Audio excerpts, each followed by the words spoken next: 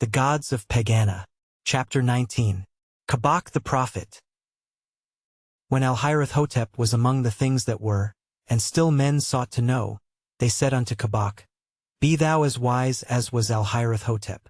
And Kabak grew wise in his own sight and in the sight of men. And Kabak said, Mung mocketh his signs against men or withholdeth it by the advice of Kabak.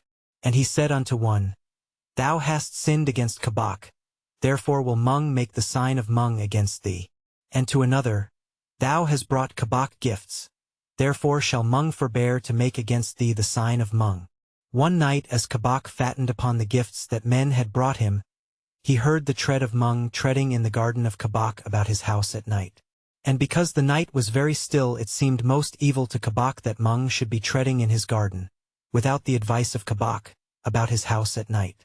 And Kabak, who knew all things, grew afraid, for the treading was very loud and the night still, and he knew not what lay behind the back of Mung, which none had ever seen. But when the morning grew to brightness, and there was light upon the worlds, and Mung trod no longer in the garden, Kabak forgot his fears and said, Perhaps it was but a herd of cattle that stampeded in the garden of Kabak. And Kabak went about his business, which was that of knowing all things, and telling all things unto men, and making light of Mung. But that night Mung trod again in the garden of Kabak, about his house at night, and stood before the window of the house like a shadow standing erect, so that Kabak knew indeed that it was Mung.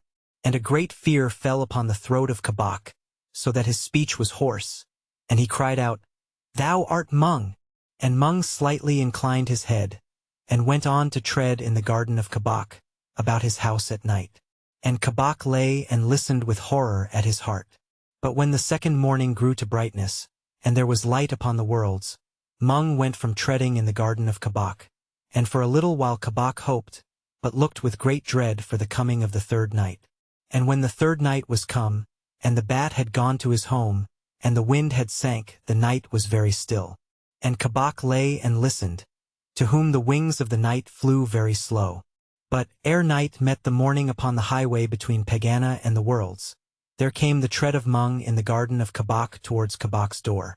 And Kabak fled out of his house as flees a hunted beast and flung himself before Mung. And Mung made the sign of Mung, pointing towards the End. And the fears of Kabak had rest from troubling Kabak any more, for they and he were among accomplished things.